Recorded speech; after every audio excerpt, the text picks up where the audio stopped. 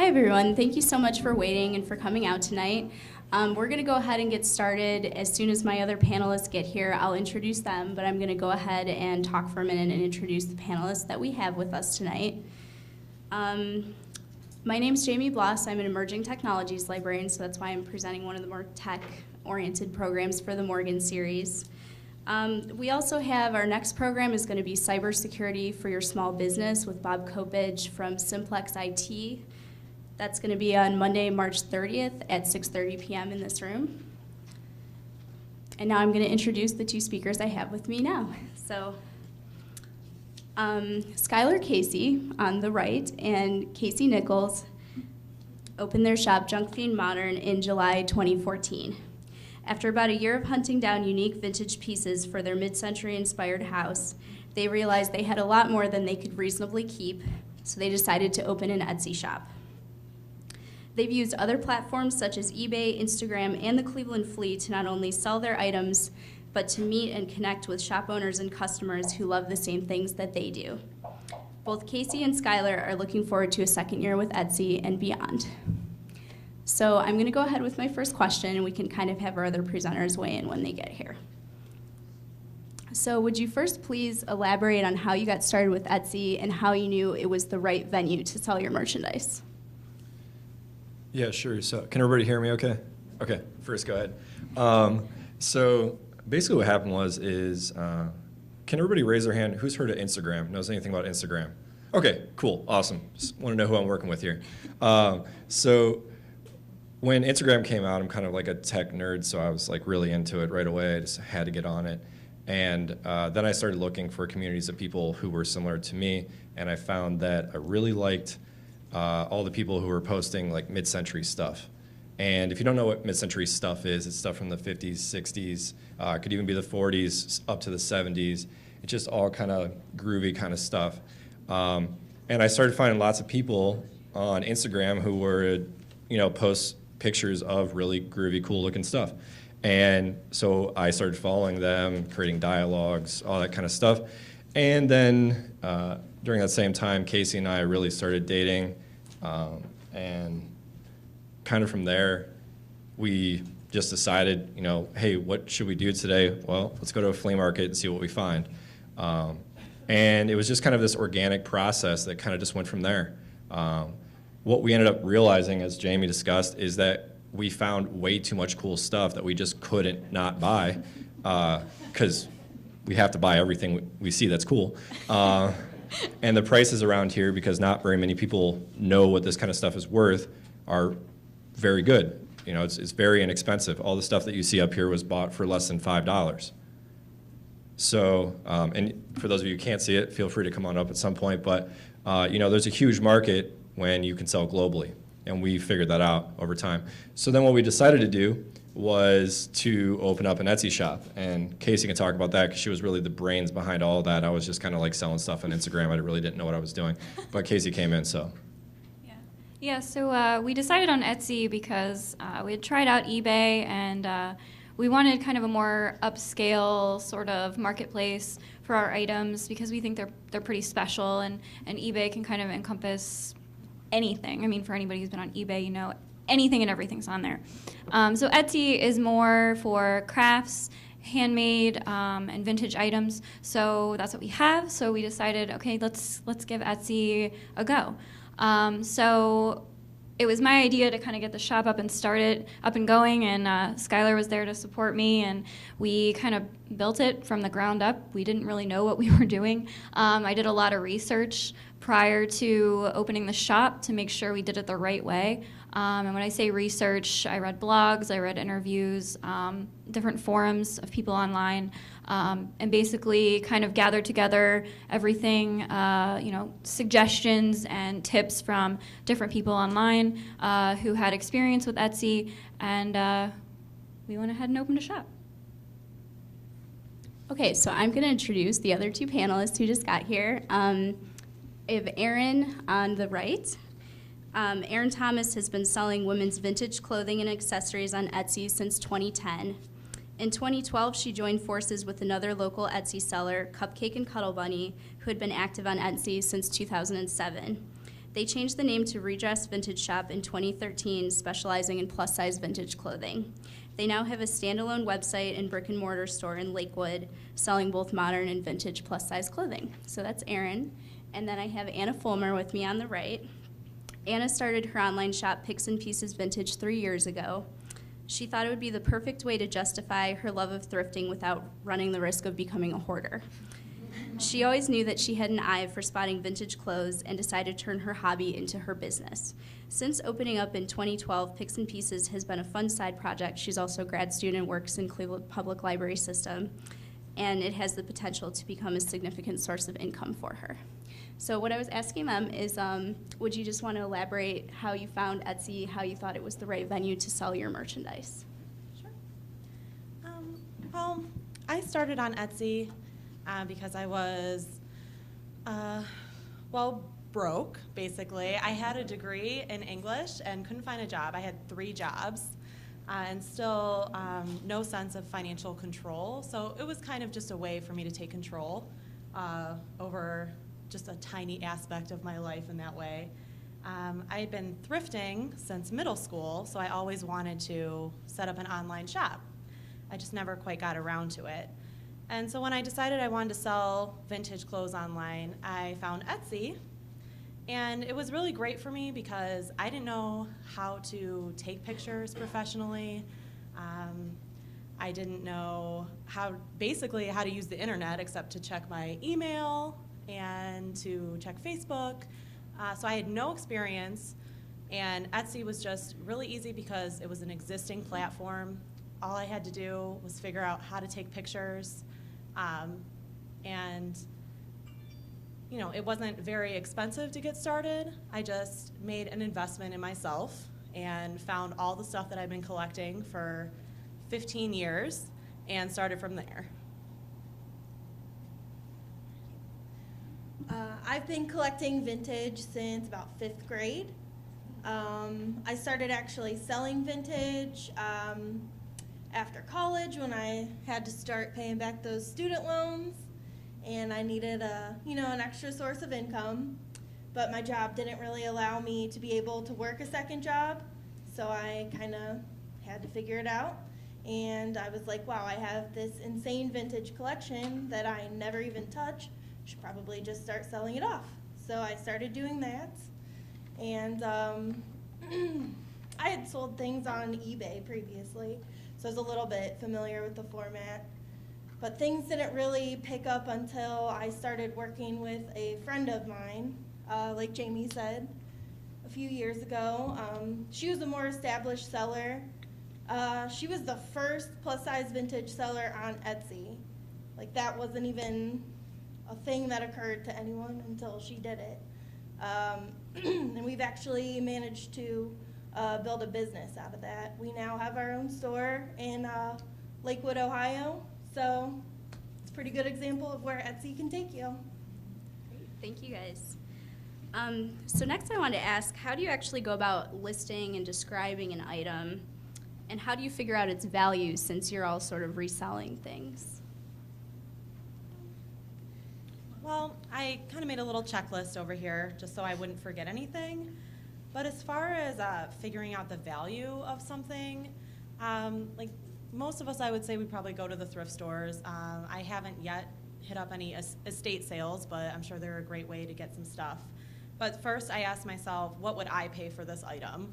So, if it would fit me, what would I pay for it? And then I look at the material it's made out of and its construction. So if it's leather or suede or if it's vinyl, is it falling apart? Obviously, you want to make sure the zippers work.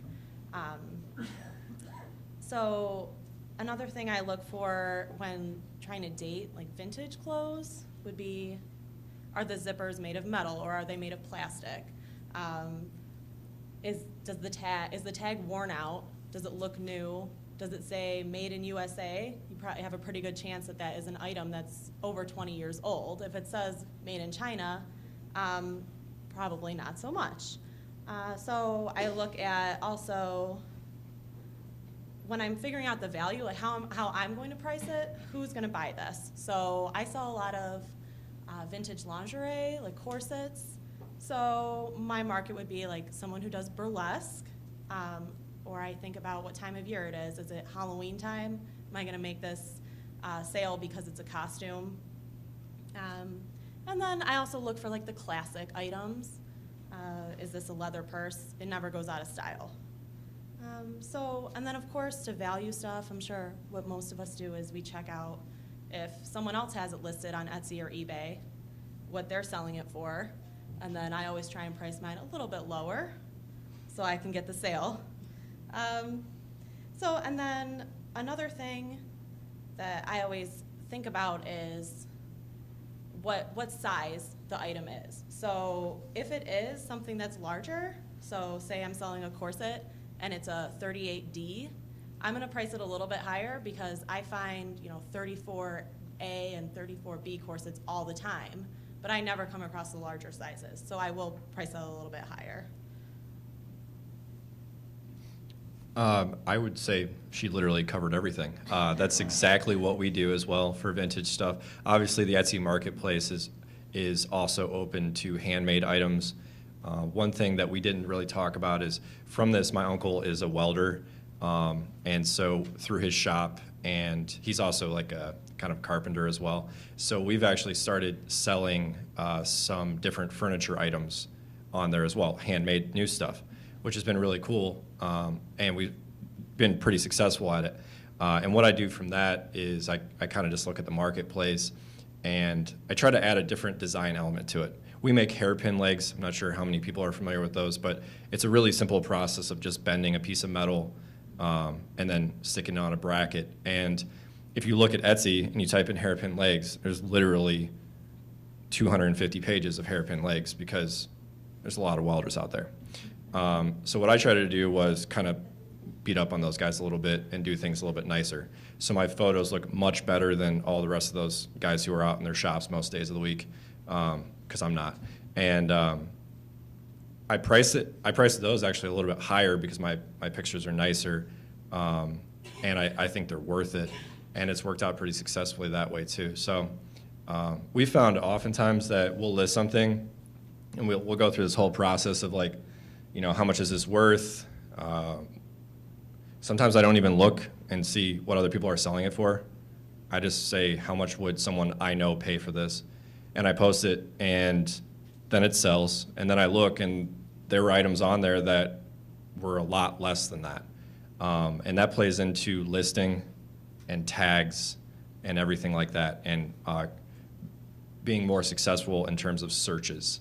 And I think that there's some questions on that, so maybe I'll leave that topic for a little bit later. But yeah, so we can talk about that as well. And just to add to that, like the most important thing when you're selling online is just to take great pictures. You can do it on your phone. So I started out with an expensive camera, but then over the last 3 years, I'm able to take photos just on my phone.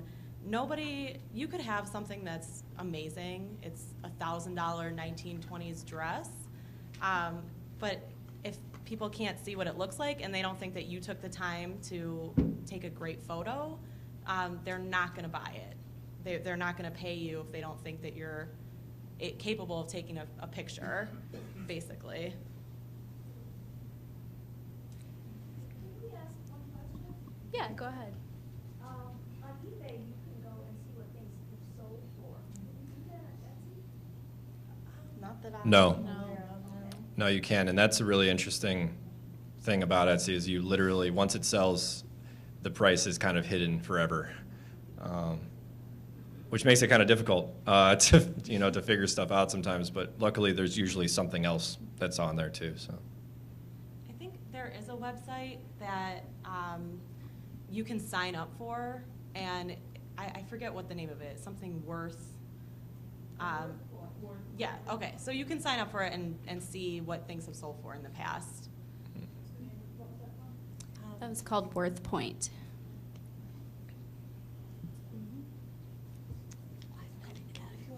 Okay, so we're going to move on to the next question. If you had more questions, we'll have a half hour for questions at the end. So talking about photography, let's talk some more about aesthetics. How do you make your shop look attractive to buyers? Obviously the photos, but did anyone want to show what their site looks like and the design aspect of it, what you wanted to put into it? So we have a computer over here if you want to, someone wants to come over. Aaron, Yeah. do you want to come? Sure. Sorry about that.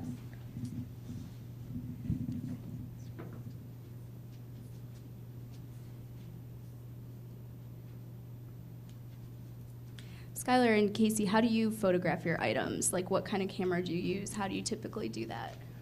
Well, we were using a $50 point and shoot that we bought on Amazon to start this whole process. But recently we were able to reinvest and buy a pretty nice Panasonic Lumix camera that has a Leica lens. It's a pretty nice camera that's not very expensive and it takes high quality photos. But we literally just got that last week. So we were using a $50 point and shoot for the whole thing and just using iPhoto on our MacBook, and it worked out great. So very inexpensive. Our shop is very big on branding. As you can see, we use the same font, same logo, same colors on everything. We package our packages in like that chevron print there. We have chevron envelopes, chevron wrapping paper. We always stick a note or a postcard or a business card or something in there. I feel like branding is so important when people are shopping online to get that connection, like a real person is selling this to you, not just, like Amazon where a robot, pulls it off a shelf. So it's important to remind people that a real person is selling this to you. And if you add a little personal touch to it, they'll definitely be coming back to your shop. We actually have a professional photographer take our product photos, so we do cheat a little bit. But we find that it actually pays off in the end. We have a mutual friend who's obviously a very good photographer, so we do get a little bit of a deal, but we absolutely make it back in sales for sure. It is definitely worth it. If you're willing to put some money into it, you'll get money out of it, for sure. Great, thanks. Mhm. Did anyone else want to show their site?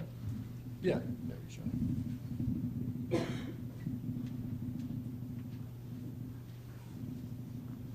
Oh, yeah, I guess I'll have to use that a little bit. I'll just pull this up first.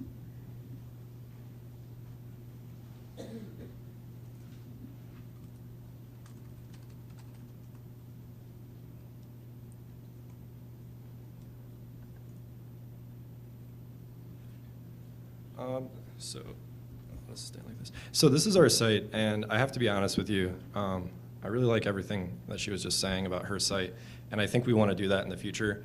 But we just opened in July, and I have a full-time job, and Casey has a full-time job. So we're kind of still new to this, even though we've been pretty successful. So we actually made our banner on some free website banner, and that is the Kentucky Fried Chicken logo. Just being honest with you. And I'm not proud of that, but that's the truth. Because, yeah, we're at some point we're going to make it, look beautiful and everything. But I think we're a good example of how you can do this for like $0, pretty much. So Kentucky Fried Chicken aside, I'll just scroll through some stuff. Our pictures have kind of changed since the beginning. So like up at the top, you can see that we have like books and the items stacked in the books. That's like kind of a new thing that we've done. I think it looks nice. We kind of copied off some other people. And I would definitely suggest doing that. Just look at what other sites are doing. You see how the books are kind of stacked, and then an item is just on top of it, that kind of thing. And then you can see some of the other items don't have those. Like for example, these are those hairpin legs I was talking about. What I did was, with Casey, we found a YouTube video that taught us how to make a light box. And we made it for about $6.50. You can make a light box. We just went to the dollar store and bought all the materials. And then from there, we just took pictures outside initially. This picture was taken outside in the summer. But when it came time for winter, we are obviously taking them inside now. And we just had kind of like artificial lamps and stuff like that. Not the best, but editing is is so easy, and you can make it look really nice. And so that's what we did. So I think that's a good example. Like these, I was really happy how these turned out, and these aren't even our best pictures. So we do the light box, and then the new stuff that we're doing has the other stuff. But we still have a lot of room to grow in terms of branding. Like her site is much more, I guess, complete in that respect. But I'm okay with it for now. We've got a few years on you, though.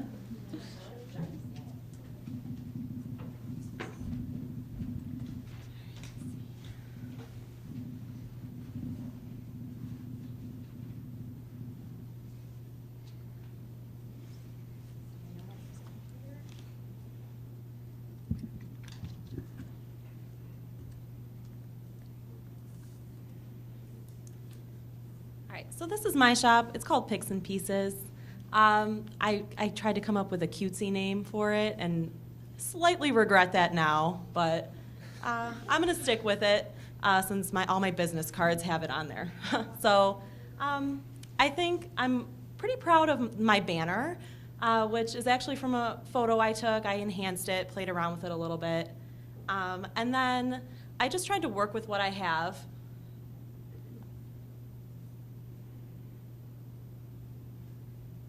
I just work with what I have in my house. My mom trash picked these gigantic panels from Starbucks, and so I have 3 of them. I use them as my backdrop. And then I also have my friend model for me. I give her wine.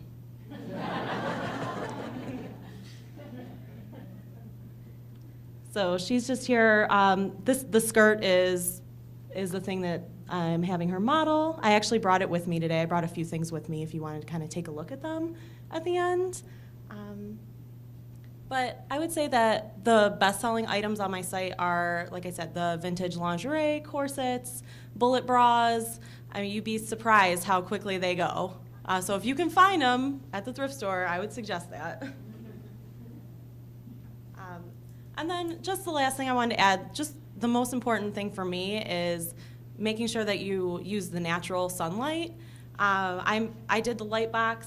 I tried with all the different types of lighting and the umbrellas and all the fancy stuff, and I just couldn't quite get the hang of it. So now I just make sure I take pics when it's sunny outside, it's hitting the backdrop in the right way, and I don't even edit them anymore. I just use my iPhone when it's sunny, and it turns out great.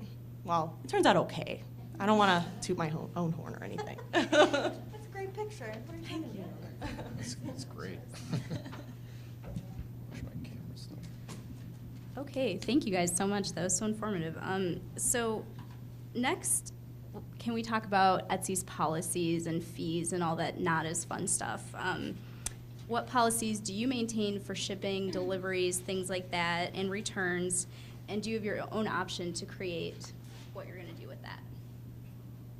Yeah, it's pretty customizable. You can make your own shop, what do you want to call it? Policies, yeah.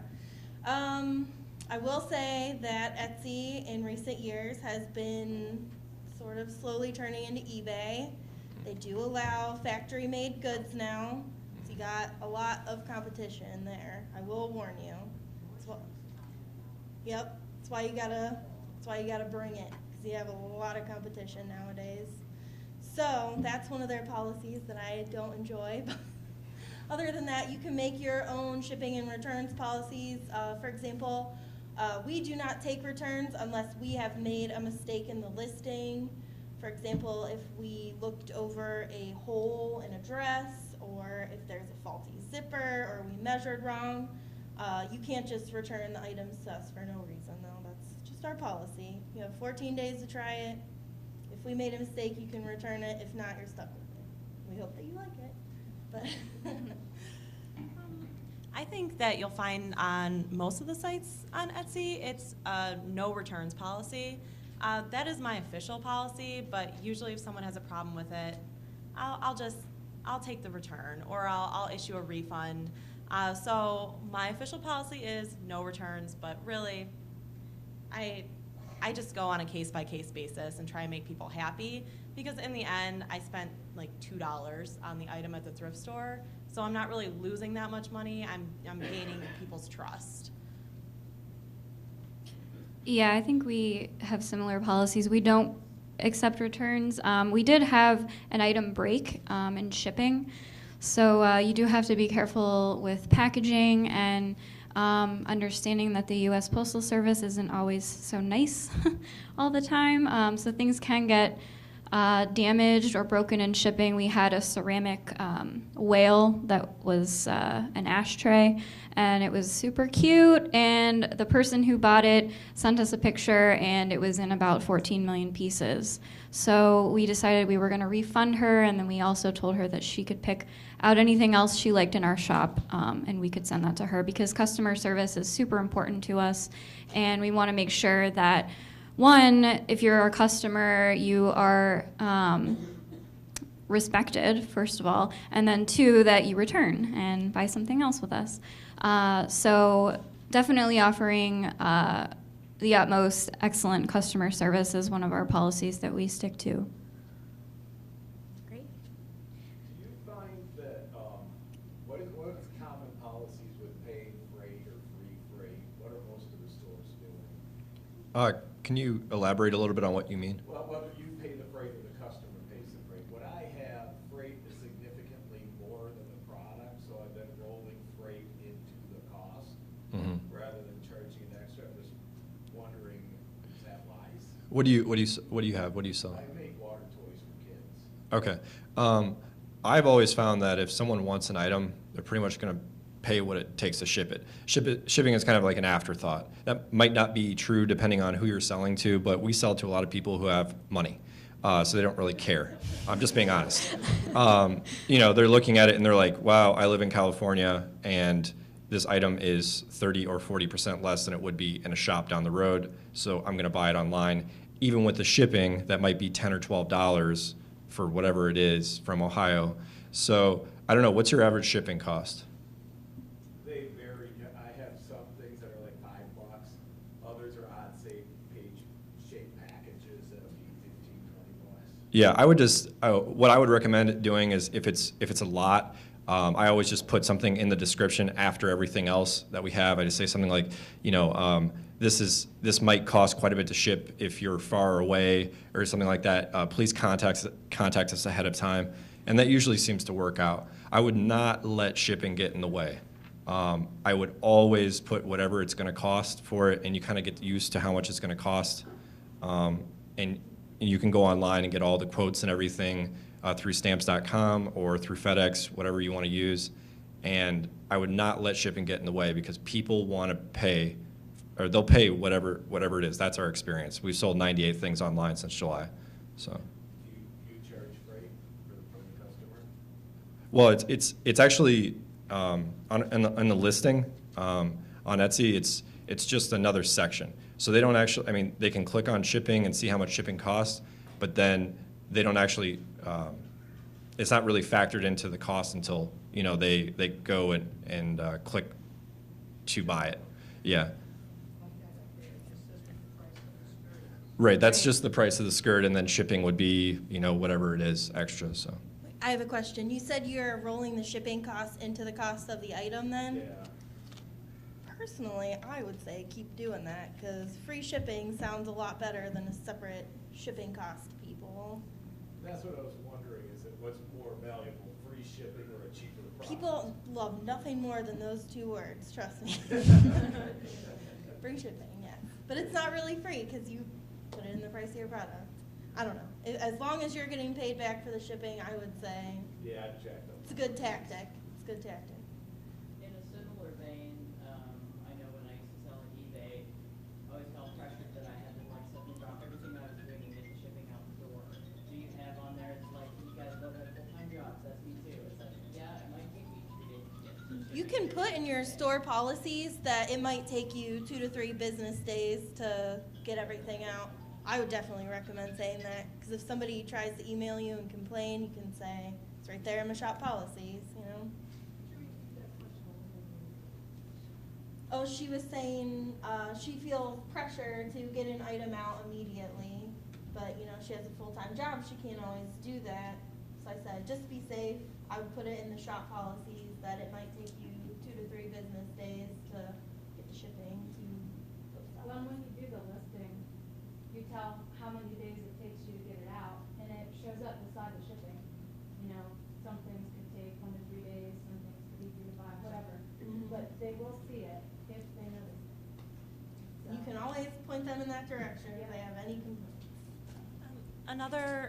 Another convenient way to ship too would be if you get a printer at home, you print out your labels, and then you just do priority, like flat rate. So if you have like a small priority envelope, the postman will just come and pick it up from your house. So it really depends on, you know, where you live, if you trust your neighbors, which I don't, so that's why I go to the post office. But the postman will just pick it right up, so you don't have to worry about driving to the post office every other day to send your stuff out. And also the priority flat shipping packages are all free at the post office. They'll even send it to you, so you don't even have to go to the post office ever again. I have a question. Do you, do you feel like you get a lot of complaint feedback, and how do you get them? Do you get them via email? Like, what is your communication with your customers? I work for an e-commerce business, so I know, like, as a business, there was definitely customer service or people they could talk to and everything, but it was all online. So I'm wondering, how is it different for Etsy as a small business? You know, like stay-at-home mom and I want to do something. People, when they have a problem, will just message me for the most part. You know, I've had issues before. You know, I forgot to mail something out and it was a week later, and then I was like, oh no, it's in my car. Which kind of comes with the territory of having a bunch of other jobs and trying to do this at the same time. So usually people are pretty understanding, especially when you try and make it right. But I usually communicate with people just over the message system on Etsy. So do all of you use the post office, or do you use different vendors depending on like the weight and where it's going? All depends on the size. Usually we use the post office because it's going to be the cheapest and most efficient way to do it. But if I have something big, I will oftentimes use FedEx because it seems to be a better service. And we also sell furniture, which we decided not to bring tonight because it's a little bit too big to put up here. But we then work with vintage furniture shippers. That is a real job, and there's lots of them out there. So vintage furniture shippers, we get in contact with them through their online websites and stuff like that. And it's on a case-by-case basis. So. And as far as payment, do you have to go through the website, or do you have your own merchant service that you take? We're actually going to cover payment right now, so if that's okay. So how do you get paid for the items? Do you accept credit cards, PayPal? How does the transaction work? There's a few different ways, actually. You can use PayPal, which is probably the safest way. You can use your credit card directly. They also sell Etsy gift cards, and sometimes stores will sell their own gift cards. And usually on your store, you can add a little gift card code or whatever on there. So yeah, there's a few different ways.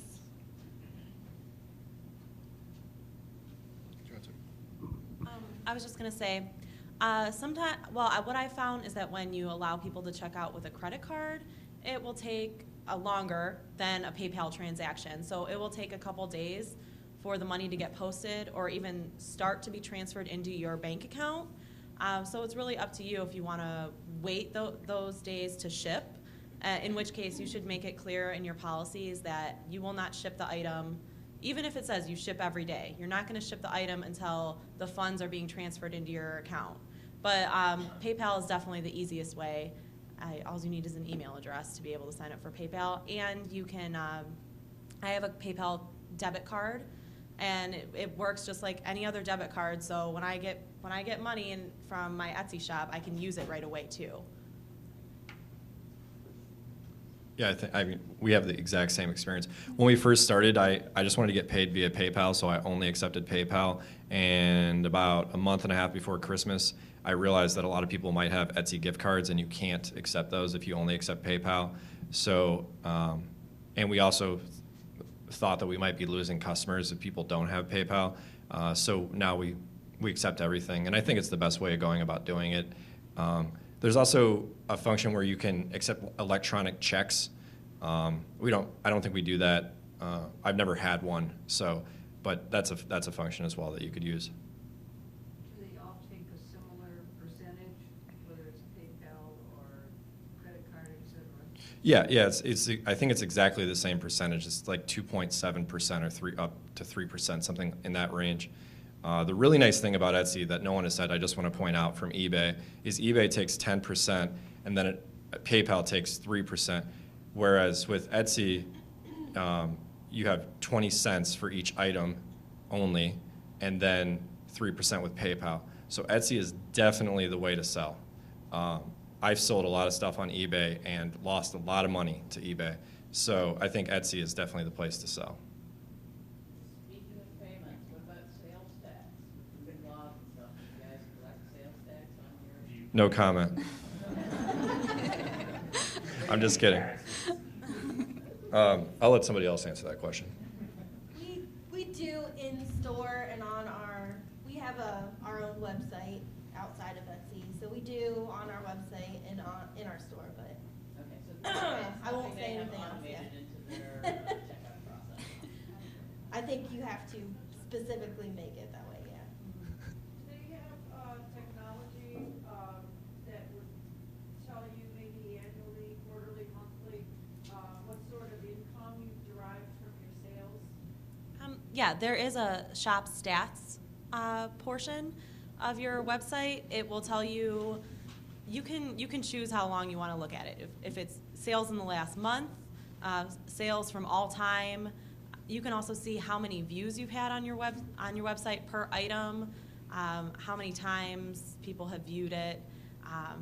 Because there's also a way, like with a lot of the websites that they have out there now, when you're browsing through Etsy and you're signed in, you can favorite things to kind of keep track of them. So you can also see if people favorite your item as well. And then if you want to send them a little coupon to kind of nudge them on their way, that I've always get coupons from people that way. Jamie, could I show everybody what she's talking about? Yeah, Okay. would you like to That'd be do cool. that, show the stats? We're actually going to talk about marketing and things like that next, so if you want to talk about that a little bit. Put me on the spot here. Okay.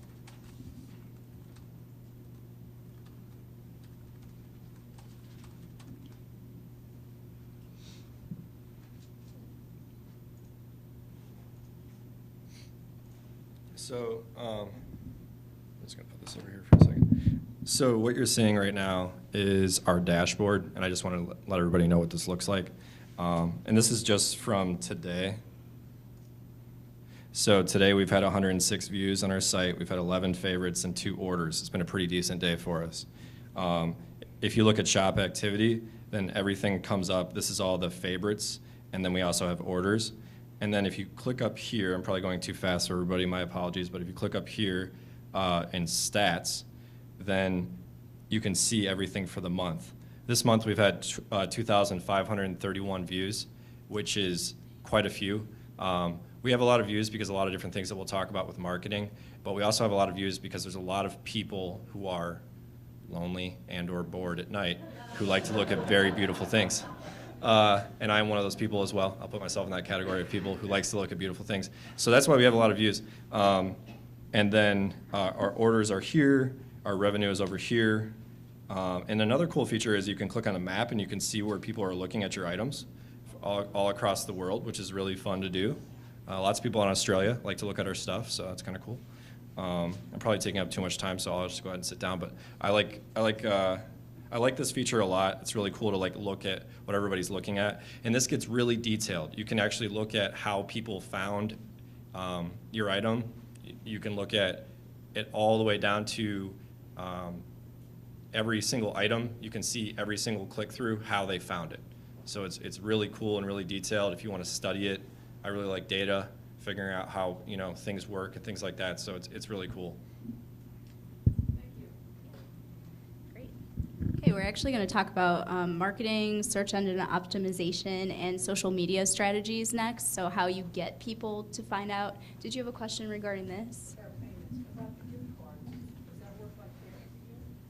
Like if somebody's paying for your item with your gift card, that's the equivalent of cash? Have you had any sales with gift cards? Because we haven't, so I can't answer that Never, question. no, oddly enough, never. Yeah. But I believe your money would be coming from Etsy directly, I believe. So you wouldn't have to pay, you wouldn't be credit, store credit for gift, you'd be actually getting money. Right. Oh, yeah. Yep. Oh, yeah. Mhm. Yeah. Yep. Have any of you sold an item overseas, and if so, how big of a hassle, if any, was it? We sold some stools to Australia, and the woman was really great about it, and it wasn't a hassle at all. It was a fantastic sale. We actually, it's another one of those things with being like a small shop that we've just really opened. We haven't really explored as much as we can exactly shipping, and it's been pretty much just because we've been selling enough that we really haven't had to like explore that other option. But Casey keeps on telling me that we need to do it, so I think it's something that we're really gonna to expand our market, because there are so many people who like this kind of stuff, and we've seen that from the map, so we need to definitely do it. But I've shipped a lot of stuff on eBay to like Sweden and all over the place in Western Europe, and it's been fine. So I usually use USPS. It's the easiest way. You can do everything online and then just drop off everything at the post office. So, but that's bigger stuff that I'd use. So as far as international shipping goes, I do ship a lot to the UK and Australia. I ship small things, so it's usually not very expensive for them, maybe like $15. But every once in a while, I've never received a package on the other end from international shipping. So apparently there are custom fees that they would have to pay to pick up their package, and so sometimes my stuff that I send to them gets sent back to me because they just don't want to pay. They've already paid for the item and the shipping, but the custom fees are so high that they just let it come back to me. So I have come across that from time to time. Is the customer fully aware where it comes from? For example, like one time, I ordered a nice pen, and the website said it was coming from New York, but it ended up coming from the other side of the world, and it took a month and a half. So what was the question then? I'm sorry. Like, does the customer fully know, like, where you're located? I think it does say on the It site. does, yeah. Mhm. Mhm. Yep. And I will say also, sometimes customs will rip into your packages. You never know what they're gonna do once it arrives in the other country. Especially small packages like we ship, they will rip right into those. And So just for beware of the- that. Yeah, general shipping thing is there is no more ship by boat. So everything's shipped airmail, so if you're sending a heavy item, it will be extremely expensive to mail overseas. So keep that in mind.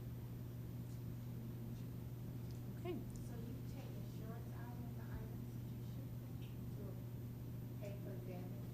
No, because honestly, that would not have anything to do with us. That would be all on whatever country it's going to, their customs department. So if you're an international buyer, you probably already are aware that, you know, how your country's customs department is. So So it sounds like you just leave the people hanging if the stuff doesn't get shipped to them in good condition? it's not our fault though. We shipped it in good condition. I work for a company where we do ship internationally, and our policy is, once it leaves our docks, it's not ours. Exactly. Yep. Yeah. There's nothing you can do about what the other country does once it gets there. Nothing you can do. If you ship priority in the United States, and I think internationally, you automatically get $50 insurance on the item, which usually covers most of the stuff that we sell.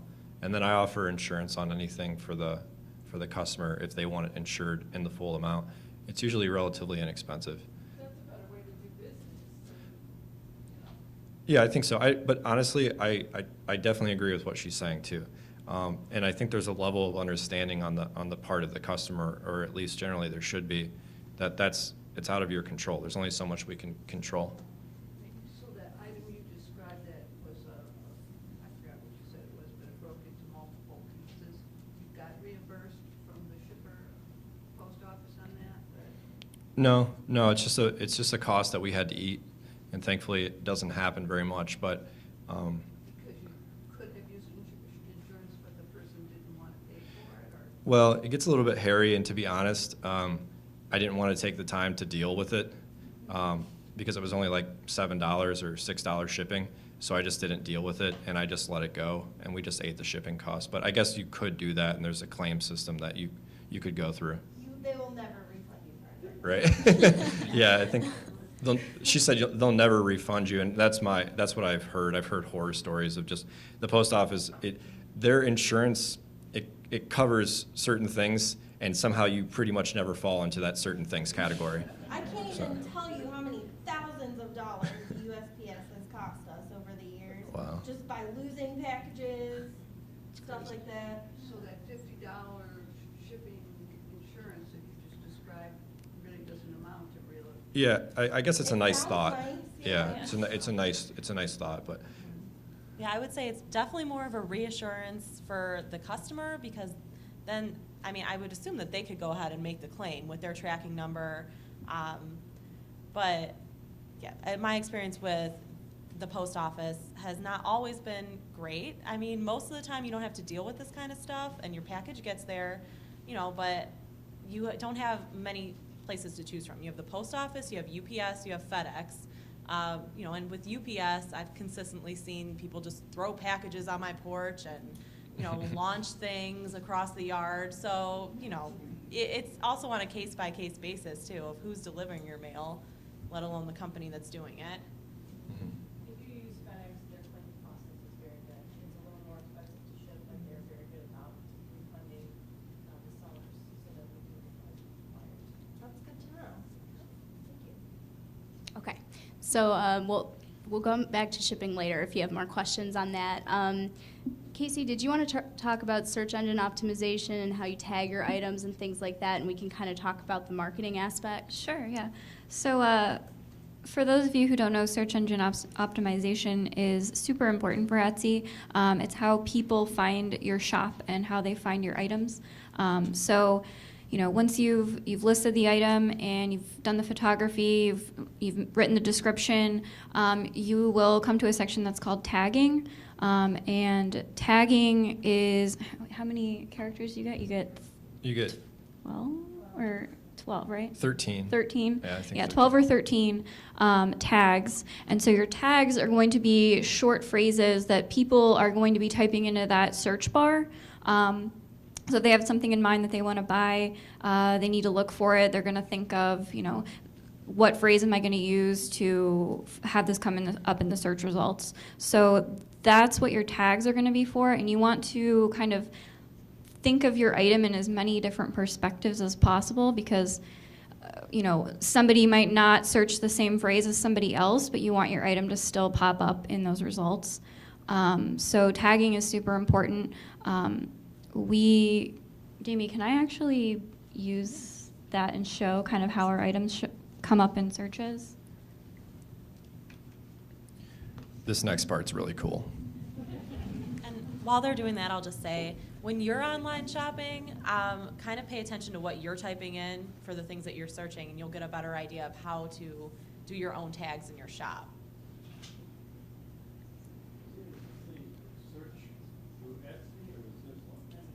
Yeah, this is a search through Etsy. So right now she's up on the search bar. Casey, do you want to move that mic and you can kind of walk them through it? Okay, so what I'm searching right now is the words Danish modern, because that's kind of it applies to a lot of what we have in our shop. So what you really, really want your tags to do for you is to display your items in the first several pages on Etsy. That's really what's going to get you the most views and the most sales, because somebody's realistically, you're not going to click through 20 pages of items. You're going to get bored. So if I search Danish modern, let me see if one of ours comes up here. So, and it's kind of tricky to get your tagging right to show up in the first couple pages. So if that happens, then you should probably feel pretty good about yourself. Yeah, so right now, Yeah. what she's doing is like, just scrolling through every section, and Yeah. usually we have something come up, a few items come up within the first 10 pages. Like she said, that's a really important thing if you want to get those click-throughs and those views. The other way to do it is to build your brand and have people follow you, and then you really have your own kind of marketplace, and we can kind of talk about that. But this is the main way that we've found early on. Are those tags gonna apply if you're just searching, on a search engine and not necessarily in Etsy? Are they going to? Yeah, so that's a great engine, or a great question. So on the stats page, you can also see where people are clicking through from Google. And what we've found is a lot of people who are looking for designer items that we might have from the period, a lot of those people end up coming directly to our shop from Google, which is really cool. Etsy does a fantastic job of pairing with Google. I don't know who is doing what in the high ups, but everybody's paying somebody because it definitely works well. And we see a lot of traffic from Google, and so it's pretty nice. Casey, are you having any luck? Oh, there we go. Yeah, so Okay. for example, we have a Murano glass piece, and I was just searching Murano glass fish because I know that's something we have in our shop, and it shows up on the first page within the first couple of images. So obviously, like being more specific is probably going to narrow down the search results if you have something that's unique, maybe something that has a designer name attached to it. Being more specific is probably going to help you show up in those first couple pages. And how many pages are there? Scroll down to the bottom so that they can see how many. So it says there's 387 search results, and there are 10 pages of things that show up for the very specific tag Murano glassfish. So. Yeah, and I mean, it just goes to show that the tags are extremely important, and we did a pretty nice job in this respect because we're at number 4 and there's 10 pages, so it's pretty decent. There's some questions, yeah? Is that an ad you would maybe pay for if it was something you wanted to make sure you would not? So I have a pretty negative view on ads on Etsy, personal opinion. When I actually look at items, like I search for stuff, if it's an ad, I will intentionally not look at that item. It's a personal opinion, not sure if it's common, but I don't think that ads are the best way to sell your item. I think that you're losing money. I'm a very frugal person. I reuse everything that we ship. I never buy any shipping stuff. I really don't like spending extra money where you don't need to. I'm very interested in figuring out, it's a puzzle. Etsy is a puzzle just like anything else, and you've got to figure out the best way to list your items. And so tagging things appropriately, I think, is a better way than using ads. Personal opinion. So are you saying that you don't even use the title to find item, only tag? Well, okay, so that's another really great point, is that your title and your tags correspond to each other in the algorithm when someone types in something. So you have 140 characters in your title that you can use, and every single one of our items, we use every single character, and we separate phrases by commas. That's an extremely important quality to this. Is that the only punctuation? You don't have to do plus or anything like that? No, we just use commas. There's other things. People use periods, I think. Some people don't use any commas. But if you look at items that don't get a lot of views, it's because people put like 3 or 4 words in the titles. And nobody's going to see that because it's not going to come up in the search results. It's not possible because people like, us have sort of studied how you become more relevant. And all we did was watch a video that took about a half an hour to watch to figure all this out. So it's not, it's not crazy science or anything like that. Yes? So what did you use for your tags for that fish? Case, do you want to go down to the bottom? Yeah, so tags are displayed at the bottom of the listing. So these would be our tags, so like where it says related to this item. Home and living, home decor, decorative trays, just different ways to categorize or index the item. And we can peek on those on our competition and see what other people are using. Yeah, and generally I see that most people are doing this incorrectly. This is one area where people do not people, even successful people, because they built their platform on the basis of they have followers, because you can follow a shop. And so they have followers, so they don't really need to do this, maybe, or at least they think that. But we found that generally most people put one-word tags, which is a no-no. You don't put a one-word tag, because if you have a one-word tag, then you're less likely to be found. You want a 2 to 3 word tag because, for example, if you type in Murano glass fish, if someone types in Murano fish, you're more relevant. If they type in Murano glass, you're more relevant. If they type in glass fish, you're more relevant. So it's all about the odds. This video was on Etsy. The video that we found was on YouTube, and it was a tutorial that was put together by a group of Etsy good shop owners, and it was extremely helpful. You guys are all smart people. You know YouTube is a great source, and that's what we've used a lot of. So, like Etsy tutorial or something like that. I'm not really sure. It's been a while. It was in the summer, but that's what we used. Yeah. After you, say you post your item and you put your tags, so you go search for your item and it's not coming up, can you change your tags? Oh yeah. Yeah, you can edit everything. I'm not going to say that you'll find your item though. We're still trying to figure this out exactly how it works. We're still trying to figure out the exact relevancy. We just know that this makes it better. That's what we know. And you put your shop name as one of your tags on everything. Yeah, our shop name is one of our tags. That's because Instagram, we have a little bit over 2,200 followers on our Instagram page, and a lot of people will go to Etsy and type in junk fiend, and we want to make sure that that's the most relevant, so we use that as one of our tags. I just wanted to mention that what really worked for our shop was finding a niche that did not exist on Etsy yet, which was plus size vintage. So every time somebody went into Etsy and searched for plus size vintage, we were the first thing that pops up, and we probably still are, honestly. So if I could suggest finding some sort of niche product to sell, that's a really good way to go, especially, like I said, nowadays, so much competition on there. If you can think of something really unique like that Etsy is missing, that's a very good way to go.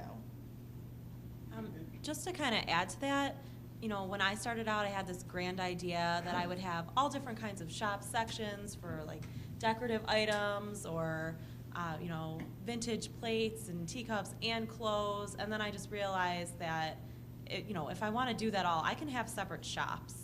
And I just stuck with clothing. All right, you can even be more specific and do like just accessories.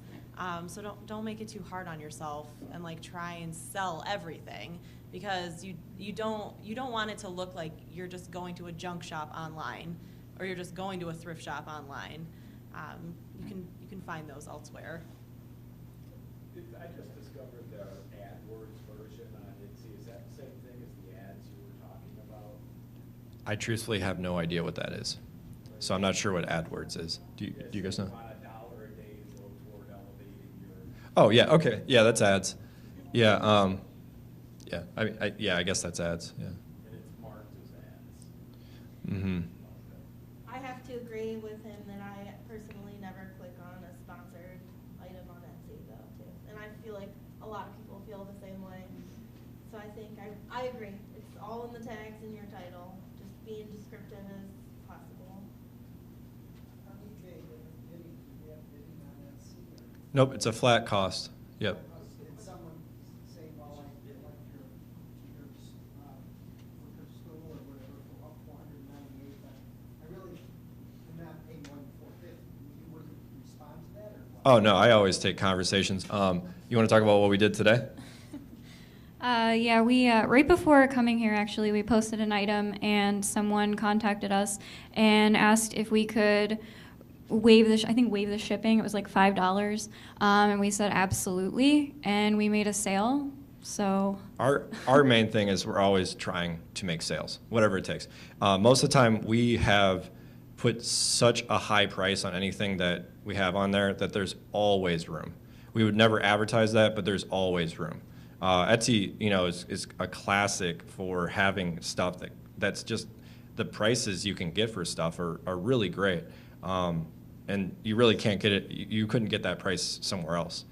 So there's always room, and we always work with people. Like that $498 stool, that the only reason that is because it's in our living room right now, and we really like it a lot. And we have a substantial number of people who come and look at that stool and then look at other stuff in our shop. And that's what you want to do. Like we had our living room sofa on there, I think it's still on there. And we actually already sold it, but we just put sold in the title and we keep it on there, and it brings people to the shop. It brings traffic, foot traffic in. And it's a great way of going about doing it that we kind of stumbled into. I'm just going to be honest, that was a mistake. So.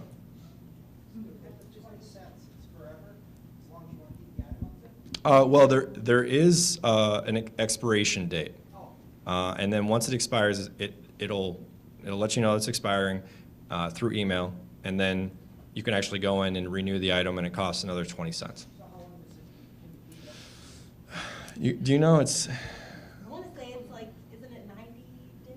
Yeah, something like that, like 3 months, or something like that. Yeah.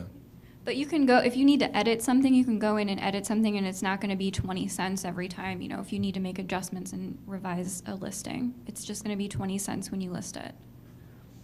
Are there other fees to open your shop, or is that strictly the only fee to Etsy? Other than, Yeah. I think we were discussing earlier, we both recall when we started our Etsy's that they do, when you first start making sales, they do hold your money for like a month, I think. Isn't that? Not Or is for me that on PayPal Etsy. that does that? That was for eBay. As a new seller on eBay, they Yeah. held my funds Yeah. for 21 days, so I paid shipping out of pocket until my funds were released, and I got enough positive feedback, Mhm. which is why I started doing Etsy and eBay at the same time, and I had more love for Etsy because they gave me my money.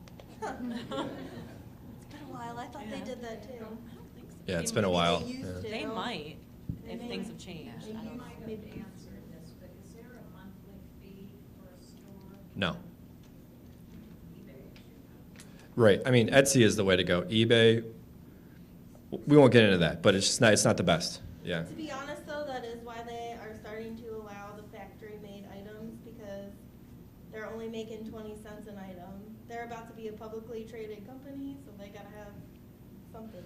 Yeah, that conversation could really, it's going to be really interested to see what happens, especially those of you who are just getting started. Once this becomes a publicly traded company, we don't know what it's going to look like. And it is sort of scary for some people who are on there because depending on what happens, it could look like anything. So. It'll get better.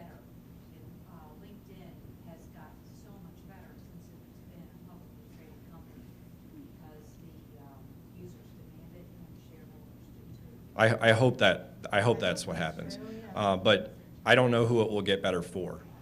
I imagine it will get better for the consumer. It has to because the shareholders will. Right, and I'm not sure if it better for the consumer is better for the seller. But right, so, and I guess that's what I mean to say. Yes, sir. You have an impression that if Etsy went downhill after it went public, there's always somebody who's going to pick up the ball, right? So I would think- how quickly does somebody else sort of take over that niche? There are already websites out there that are kind of the same thing, so I'm sure there's plenty of websites ready Yeah. to get you Right. if that starts to happen. Yeah.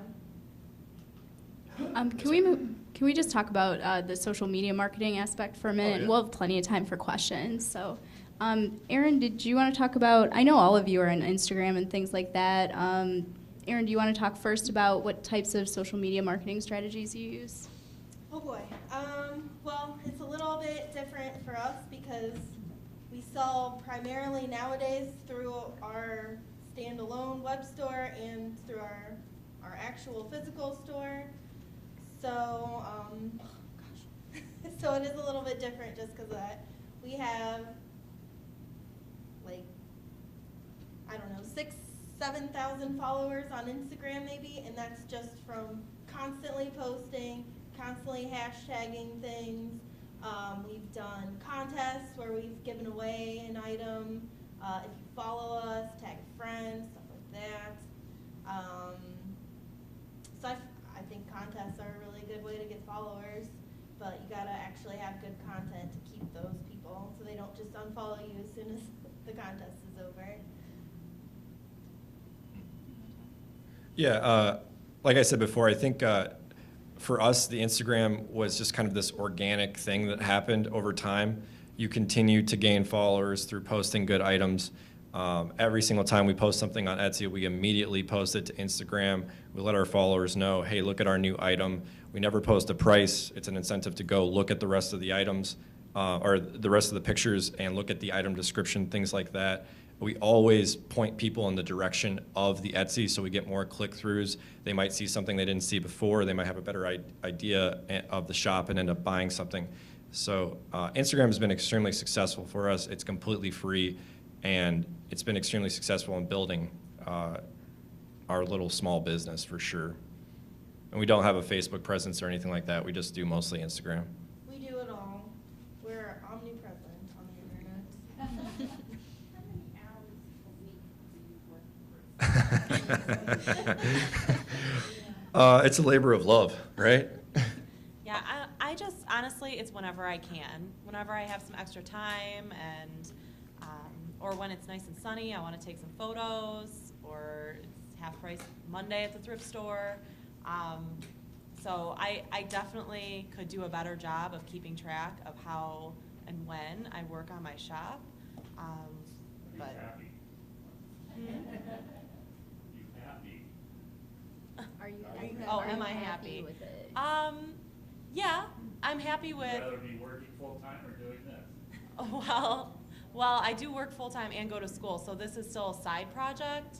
But I do know that if I had to make this my full-time kind of deal, it would be only that much better. And I would have fun doing it, but at the moment I can't really justify just doing this and like kind of going out on a limb there. So. We actually had to hire someone to do all of this stuff for us because my boss runs our store all week, and I handle like the online store stuff, so, and I have a full-time day job as well, so we actually had to, they spend about probably 10 hours a week, whether it's updating our website or updating all of our social media profiles, so whatever you can do, really. When have you used Pinterest? Mm-hmm. How, We've actually found that to be very beneficial to us. Because we have it set up so that you can pin stuff directly from our site. So it includes a link to our site. So when other people, friends of whomever posted our thing on there can go right to our link and buy it themselves. So that's big for us. Very big for us. Since you're omnipresent on all social media sites, which do you find are most successful for you? Where do you find you get the most? Instagram, definitely Instagram. Facebook. Picture days? Yes. Anything visual. We don't really get anything from Twitter. We don't really get anything from Tumblr, but I would say Facebook, Pinterest, and Instagram are the ones you probably want to focus on. Anything image-based is good, that you can link back to yourself. I wish Instagram was a little bit better about links, but. Okay, so we'll have time for questions. This is my last question tonight. We've talked a little bit about customer service, but what is your best kept secret for providing great customer service, and is there anything else you wanted to add about your Etsy experience? I think we literally go above and beyond with everyone. We are the nicest we can possibly be, no matter what.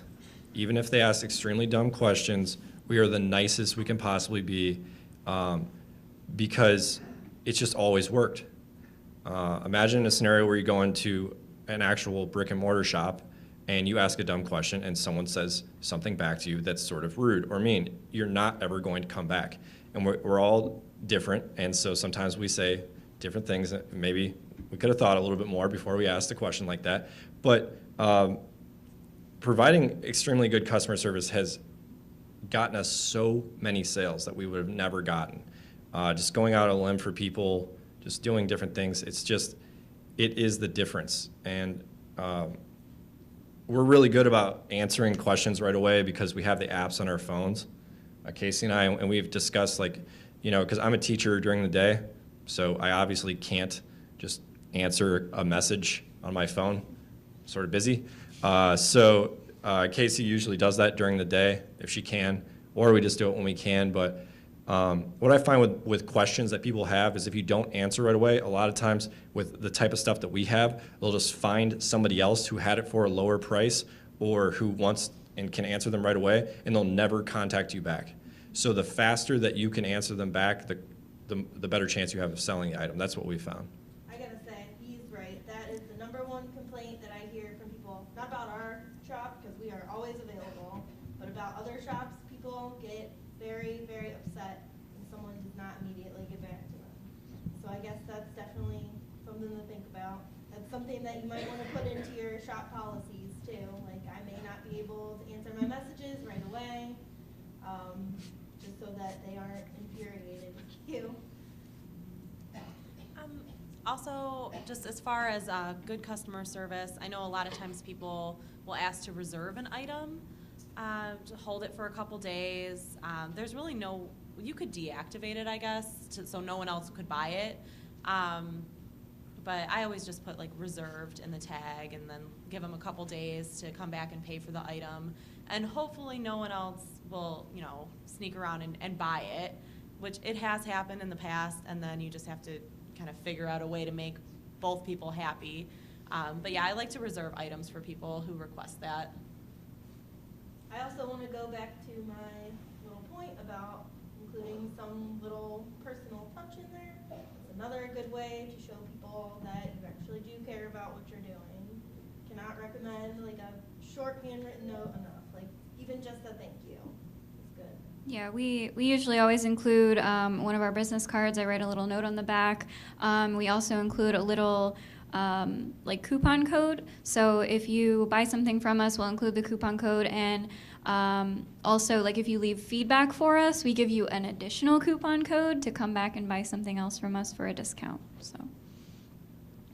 Yeah, feedback is another realm we have not stepped into, but it's the customer service. I guess it goes hand in hand with the feedback.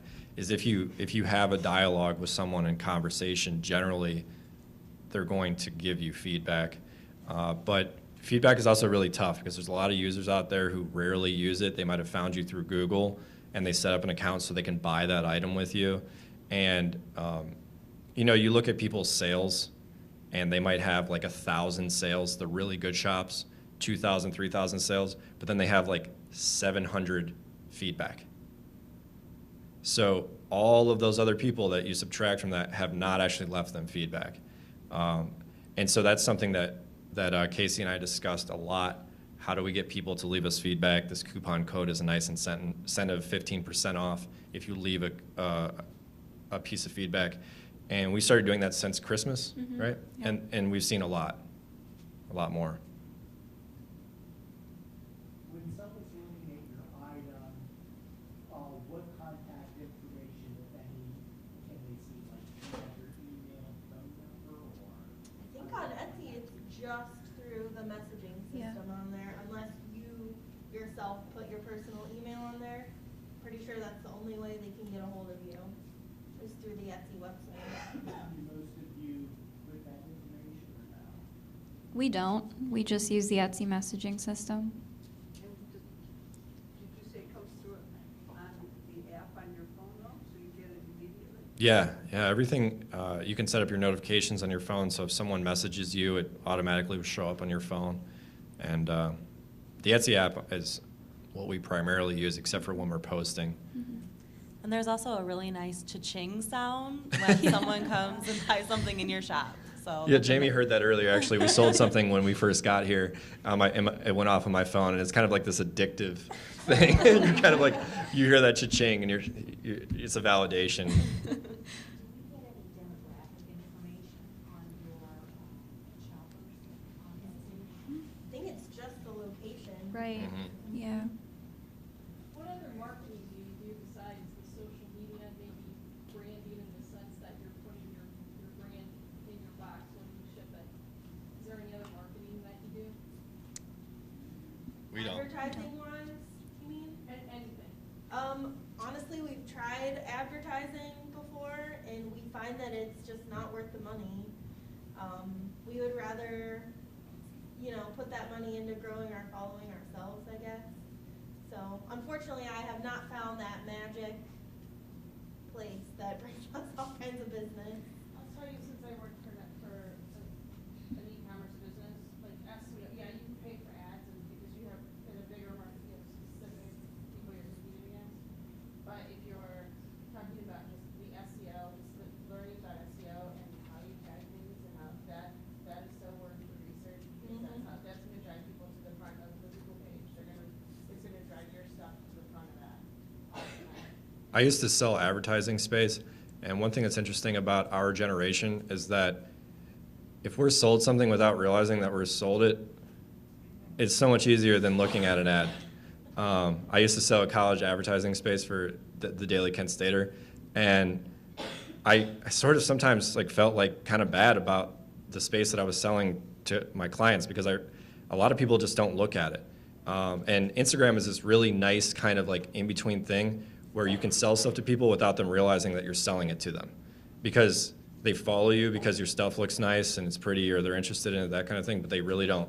They don't get that you're actually advertising to them for free. It's just this really nice thing.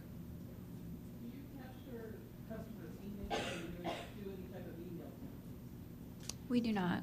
Only through our website do we do that. We don't do any, I don't think, I guess you could do that on Etsy, but they don't make it easy for you. Definitely not. You could use the Etsy messaging system to do that though. I've gotten messages like that before. Hey, we got a new crop of stuff. So you could do that in lieu of an email.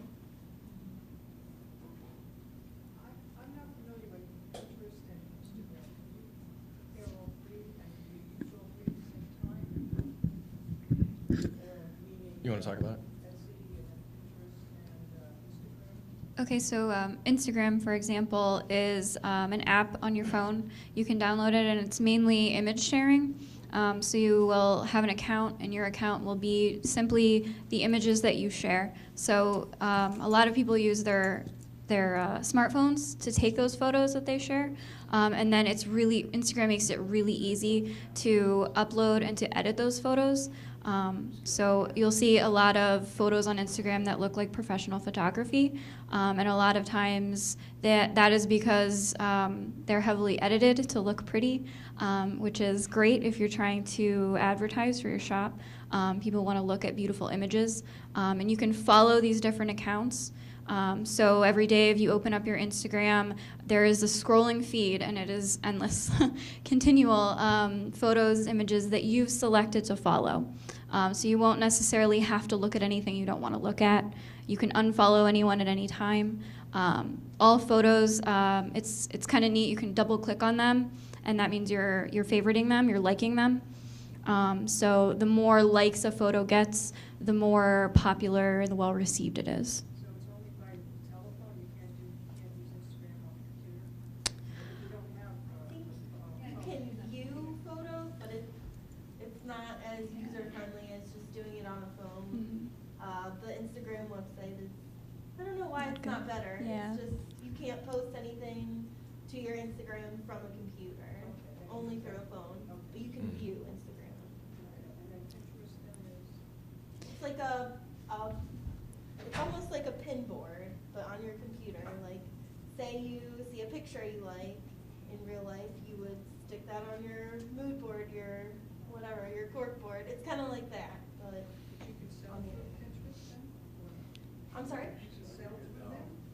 Sort of. It includes the link to the original image. So for us, if somebody pins an image from our website, it includes a link. So if somebody sees it and likes it, they can click on that link. It'll take them to our website where they can buy that item. Okay, so both those things, you don't directly sell on those, it just connects you to something else. Right. Connects you to Yep. Etsy or wherever. Mhm. Thing. Do you have a target profit margin that you try to achieve on each product that you sell? That's a great question.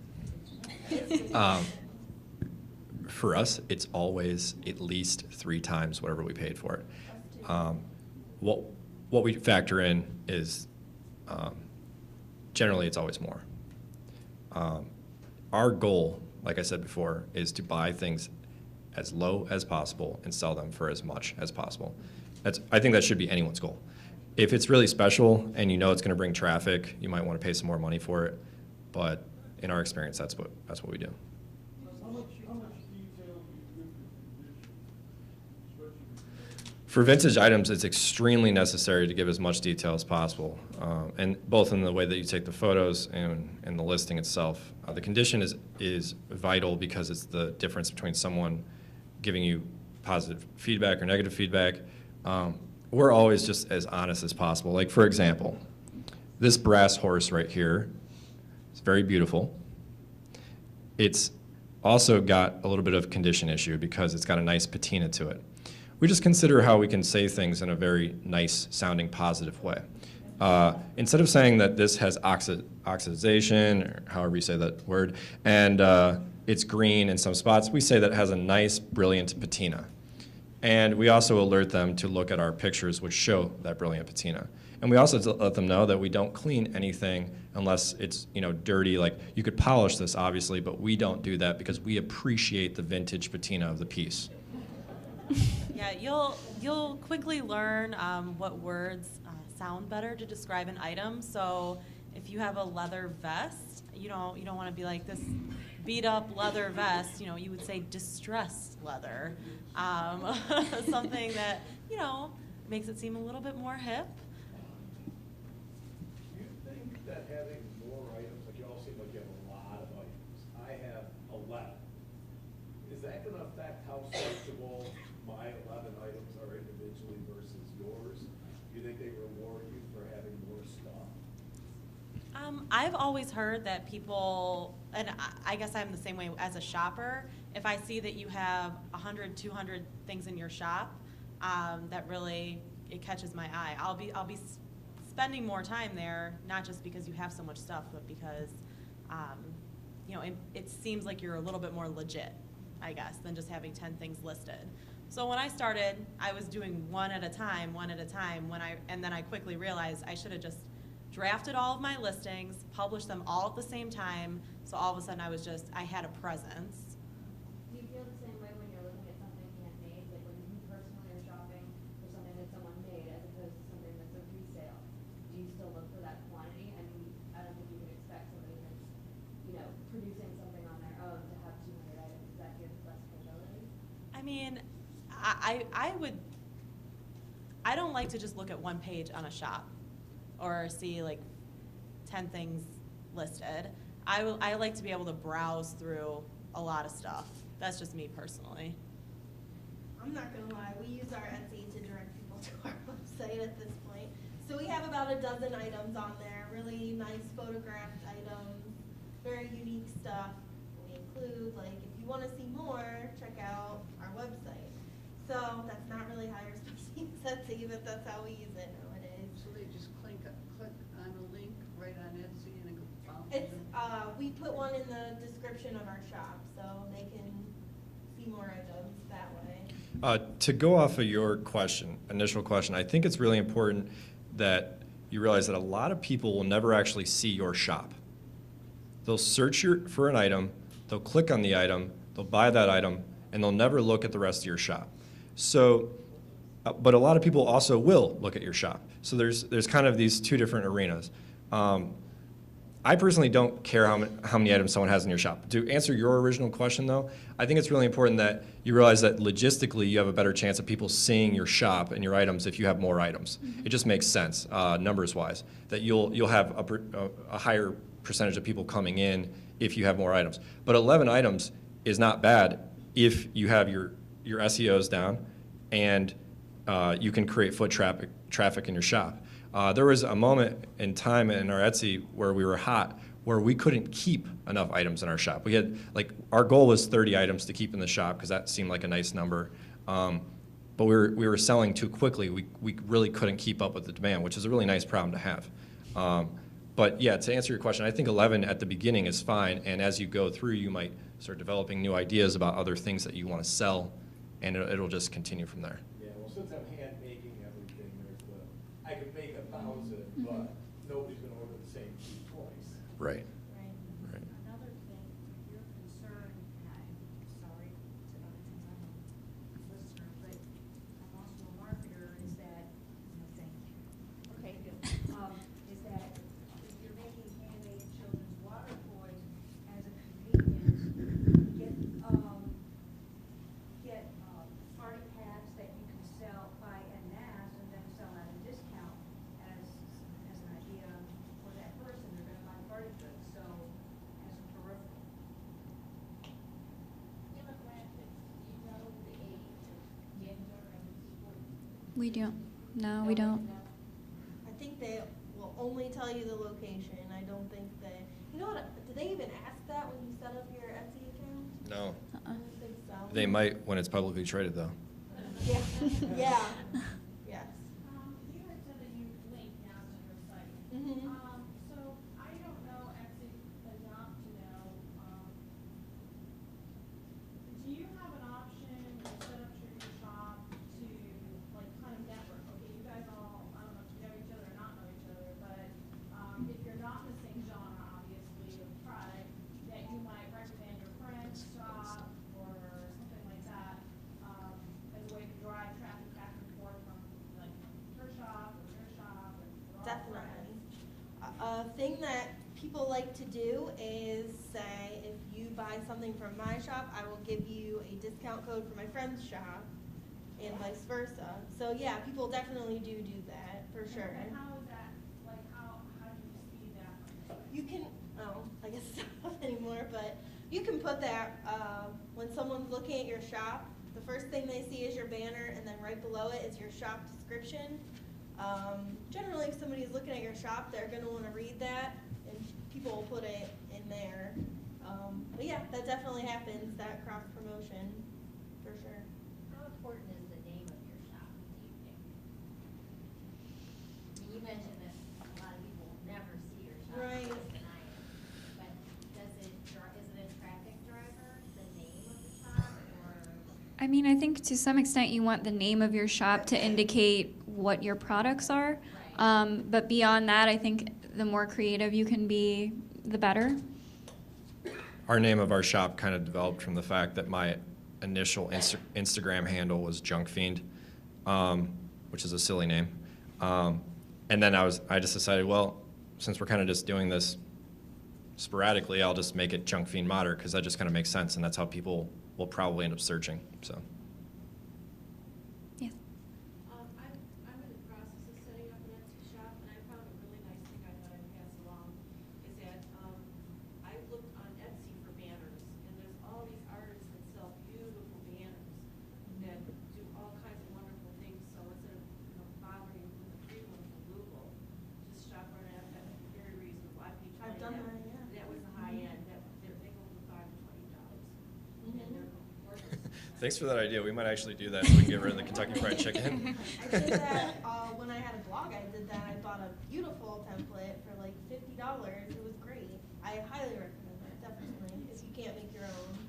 Do you find that there's a general price point that you find more successful in? Like, are the people looking for things that are the $50 and under, the $100, you know, what I mean, like the $1,000, like where, how long does it? Yeah, this has been something that we've been trying to figure out because we want to be selling things that are $50 to $100 as opposed to $20 to $50. That's a basic model principle.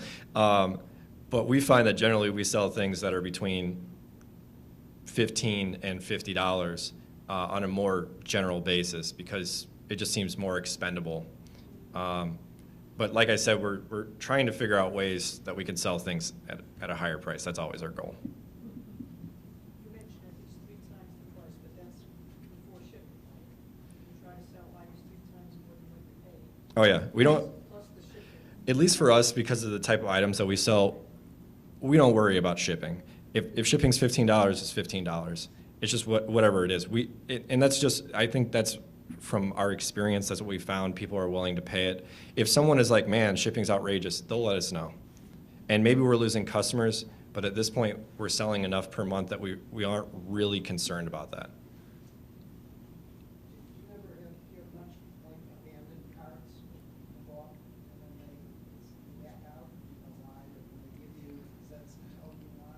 Uh, This isn't an issue. I think that's information that we would not be privileged to. We wouldn't see that. Right, other, like store envy is another way to sell your items online. And I believe they will tell you, some formats will tell you, Etsy does not tell you though. Since there's so many individuals selling, does it stop you, like, say you came up with a name that there's someone else in California with the same name, does it stop you from signing up for an account if you're typing in the exact same name? Yes, yep, every username has to be unique on there. What did you do from a tax or a legal standpoint for such? Yep, redress, both places, yeah. Sorry, what were you saying? Oh, I was just asking about, taxes and legalities. Did you set up an LLC before you did it? Like estimating quarterly taxes, do you know all that? No, and someone will probably call me out on this, but I believe that the IRS allows for $6,000 in hobby money. Don't quote me on that, please. But I believe that that's about right. And so we have kind of played into that idea. We're not interested in LLCing because I believe that an LLC, from what I've researched and what I know about my friends who have LLCs, is it's nice for brick and mortar and someone who is looking for, like, hey, they're a competent business, but there's a lot of respect that Etsy gains itself, and by selling on Etsy and the feedback, it's enough. So we decided not to do that. I have a friend in Cleveland who has done that, and I think that he's gaining success that way too, but we have not. And since you don't have brick and mortar and you don't have an LLC, you still need a business license, or is that inherent with the Etsy? No, at this point, we file it under hobbies, and we've been successful in that. However, our goal for this year exceeds that hobby money, so that's part of our model. We're keeping strict books, and if we have to, we will go into some sort of actual business license or whatever's necessary. But it's not a requirement, so. No one's come after us. Yeah. No, you were right about that 6,000. Yeah, okay, Yeah. okay. Yep. Yes. So to find out more about it, you call the IRS. Yeah, I would definitely look it up. I wouldn't call, but I would definitely look it up, yeah. Aaron, did you start with Etsy and then you just became brick and mortar, or did you have a? Yes, yep. We started on Etsy and really got rolling there. And then, When did you decide to be brick and mortar? well, we actually got the opportunity to buy another company. There was a boutique in Brooklyn, New York. We were both friends with the owner. She let us know that she wanted to sell the name, all of the stock, everything. And we had done so well with our Etsy that we were actually able to purchase her company. So that's where the redress name comes in.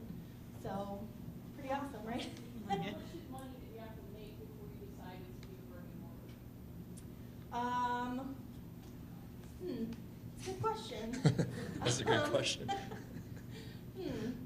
You know, I don't know if we ever would have done that if that opportunity had not arisen. Okay. You know, we may have just stayed online only forever, but we just happened to get very, very lucky. Somebody was tired of their store, so Okay. we bought it out and moved it here. So, oh boy, I don't know why our Etsy has slowed down so much. So our website and brick and mortar store do very well. Our website does the best out of all three, though. Are you guys aware, I don't know if you are, or if you use any tips as a consumer, maybe that shops Etsy, is to, how can you spot fraud or, deceptive type stores or shops, are you aware? That's a good question. I have come across things on Etsy as a buyer that I was like, this is not vintage, or this is kind of fudging the 20-year rule. And usually I just chalk it up to people not really knowing how to date something and not like outright trying to trick someone. But I think there is an option. You can flag, I think, postings that seem to be misleading. And Etsy is actually really helpful for communications maybe that go awry. For example, I was trying to buy a piece of jewelry on Etsy over the summer, and I noticed that it had been almost 4 weeks and I still hadn't received my item, and I had fully paid for it, and the funds were deducted from my account. And I messaged the seller, and there was no communication. I ended up messaging her, I think, like 3 or 4 times, and she ignored me. So I had to open up a claims process with Etsy, and they were so, so helpful. And they ended up suspending her shop because she ignored Etsy as well. So I think, I'm not really sure what the consequences were for her. I don't think her shop is still online.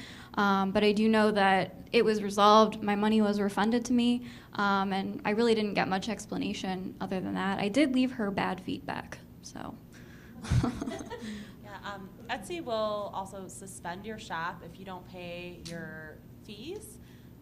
So I know that this has happened to me because, like, you know how when your credit card expires and you have it constantly set up to just take it right out. So, you know, next thing you know, you get an email saying your shop has been suspended because you haven't paid your, $5 fee.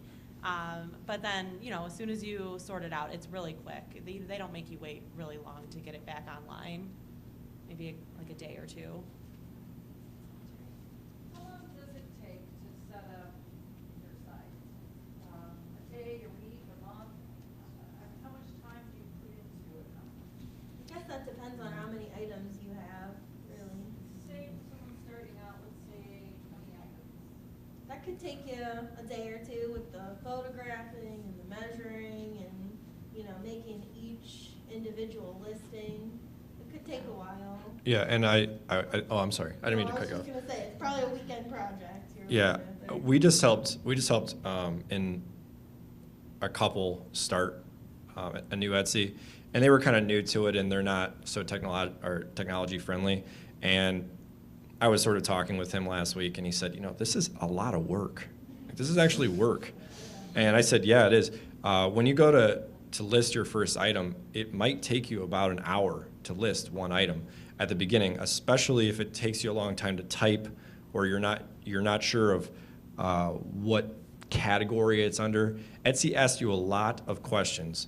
Plus, then you have to figure out all the titles and all the tags. What we do is we add a listing, we put the pictures in, we figure out the title, we figure out the tags, we put the condition and the dimensions, and then we save it as a draft. What we found, and this was Casey's genius idea, she's the brains, is if we list one thing a day, we have much better search results than listing everything at the same time. It's all part of the search results. Plus, if you list one thing a day, since Instagram is our main marketing tool, we can upload one new thing a day to Instagram, and say, hey, look, this is a new item. And it makes our shop, which is very small, and we do it on the side, look big. People are constantly saying, I really want to come to your shop. We don't have a shop. It doesn't exist. We have like 50 items that we keep in storage in our sunroom. But it makes it look big, which is really helpful, especially with that credibility thing that we were talking about earlier. So. We'll get tired of that and open a shop one day. Hopefully not. On the vintage, like the vintage pieces, and even the stuff that you have, do you have to have it sprayed before you sell it and stuff like that? I know a lot of the consignment stores do. How do you handle that when you're doing it just Etsy or? We can get away with if it's fabric, like we always clean it because we want people to have clean stuff. But since we don't have a business license or anything like that, and we're not contracted through the state of Ohio or anything like that, we don't have to do any of that stuff. We don't want to. We do, just because it's good customer service and word will get around if you're selling stinky clothes. I always hand wash and steam the silk things that I'm selling. But if it's something that has to be dry cleaned, I usually will just say, that you're gonna have to take care of this, because I personally am not making trips to the dry cleaner. Rules like for Etsy that has to be done? I don't think so, but I always make it a point to say in my listing, like hand washed and ready to wear. So people don't have to worry about, getting something that smells like mothballs, which it always does when you buy it from the thrift store. It's bad, so. Yeah, another thing we like to put in our listings, since all of our items are vintage, we have a condition section where we re-alert you to the fact that yes, this is a vintage item. Yes, it's 50 or 60 years old, so it isn't going to be perfect. And that's just reiterating again, like there are no surprises once it gets to you. It's going to be exactly as described. Yes. So I was thinking, my friend, he paints with his beard. We have like 400 paintings that I have to get rid of. Did you say he paints with a beard? Okay, I just making sure that's what you said. Okay. All right, go ahead. Keep going. I'm sorry. So, I live in a one-bedroom apartment, so obviously I need to get more room. So when you're talking about condition, in the beginning, like he's not an artist by trade. So in the beginning, we didn't know anything about painting and that you had to have it on certain boards or whatever without staples in it because people get freaked out about it. So I guess what you're saying is if you have a condition problem, you can just say, hey, this painting is has staples in it or whatever like that. Yeah, we document any condition problems, any and all condition problems. And we also try to document them in photos as well, because you don't want someone to receive an item that they don't think they're receiving, because then they're going to want to return it or they're going to leave you awful feedback, and word's going to get around that you're selling stuff that you're not really selling. So, and then you talked about title, and we did it with the LLC, and I'll give you a hint later afterwards about the LLC, but our title is actually Stone on Happiness, because he's clean and sober for 28 years, so we called it Stone on Happiness, so that's kind of, I mean, I've had the website since 2011, we've only sold one thing, so I figured I'd better find a different avenue than when Aaron was talking about that drives traffic to a website, but I appreciate those. I think that, I don't know, beard art, I feel like that should be big nowadays. It's got to be big, Think? at least in Brooklyn.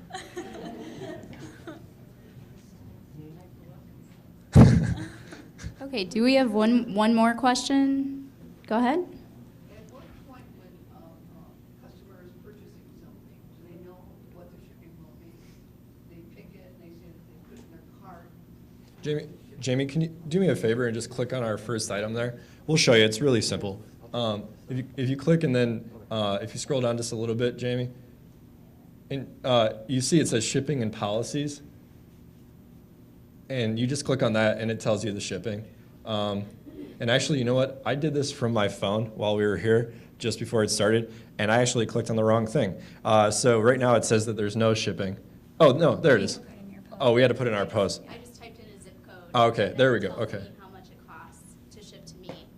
So unlike those, like you had furniture on there, Mhm. you would have it linked to a different table because. Yeah, so furniture is a little bit tricky. Usually what we do with that is if it's big, like a sofa or something like that, we'll just put $0 in the shipping, and then in the actual description, we'll put, please contact us for a detailed quote. You're responsible for all, shipping costs, that sort of thing. We'll send you an invoice, that kind of thing. Okay, so this one is like a bigger piece of furniture, and with my zip code, it costs $35 for shipping instead of $5. Yeah, so this is a flat rate item that basically what I decided to do is since it's $498, if anyone wants to actually spend that much, I'm just going to eat whatever the shipping cost is over $35. But I've done enough shipping to realize that it will probably cost under that unless it's going to California, at which point it probably won't cost very much more than $50. So I'm not really losing very much. And it says, it would be shipped, should be to the United, it doesn't say what carrier that it's gonna be shipped, you're not at that point, right? That whether you go UPS or FedEx or whatever. Yeah, I guess it doesn't say it there. It says right on the bottom when you scroll down shipping, it has your policy right there. Yeah, so that's my shipping policy that I wrote, and then there it says USPS. Yeah, so that's what they would know. Okay, one last question. So what about including the $55 in the $4 price range, and then you can say free shipping? Well, to be honest with you, like I said before, this is just my experience, but shipping is an afterthought. If somebody wants an item, if they want this item, they're going to pay the shipping, and it's kind of just like this afterthought. I know people say, you know, free shipping's good, and it is. Not saying it's not. Free shipping's great. I love free shipping. But for us, usually we don't offer free shipping because in our experience we found that people will still pay the shipping if they want the item. I think it also depends, like, we're just shipping clothing, which it's no big deal for us to get free shipping because it's only like $5, but Right. for Yeah. them, it's a whole other thing. Yeah. Do you get tracking information then too, or? Yeah, we do. Mhm. What's really nice is that when you print it out through Etsy, that's a really cool thing too. When you go to print the actual print slip, Etsy does it all for you. So you just print it out through Etsy, and then they automatically send the customer the tracking information, and then you can actually track it all through Etsy's website. It's built into Etsy's website, so you don't have to go to USPS.com or anything like that. It's really nice. Okay. Well, thank you guys so much. That was very informative. Thank you all for coming. Thank you. Thank you guys. If anybody wants to come up and look at some of their items, talk a little bit more to the panelists, you're welcome to do so.